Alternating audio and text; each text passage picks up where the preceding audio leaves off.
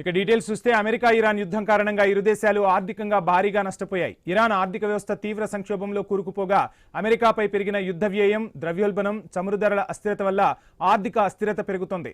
Hormuz జలసంధిని మూసివేయడం వల్ల global supply chain పై తీవ్ర ప్రభావం పడింది. ఇరాన్ మౌలిక సదుపాయాలు, ఇంధన ఉత్పత్తి, విద్యుత్ గ్రిడ్లు ధ్వంసమయ్యాయి.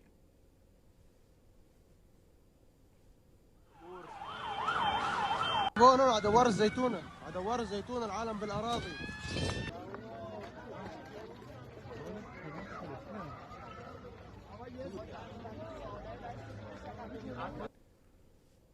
ఇరాన్ యుద్ధం కారణంగా అమెరికాలో సుమారు 3 నుంచి 4 బిలియన్ ప్రజలు తమ ఆస్తులను కోల్పోయారు. ఉండటానికి నివాసం లేక నడి రోడ్డున పడ్డారు.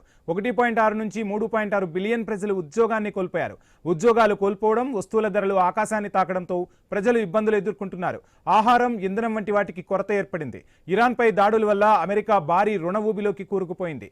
ఇంధన ధర పెరుగుదల, స్టాక్ మార్కెట్ ఒడిదుడుకుల వల్ల సామాన్యులపై పెనుభారం పడుతోంది. గ్లోబల్ సప్లై చైన్ దెబ్బతినడంతో తయారీ రంగాలు, విమానయాన రంగాలు తీవ్ర ఇబ్బందులు ఎదుర్కొంటున్నాయి.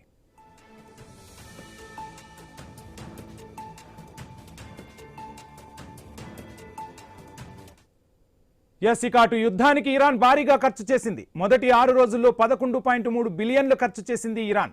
రోజువారీ 1 బిలియన్ ఖర్చు పెట్టేసింది. మార్చి నాటికి 18 బిలియన్లు ఖర్చు చేసినట్టుగా తాజా గణాంకాలు చెబుతున్నాయి. వార్ కంటిన్యూ అయితే ఏప్రిల్ నాటికి 47 బిలియన్లకు చేరే ప్రమాదం ఉందని ఆర్థిక నిపుణులు అంచనా వేస్తున్నారు.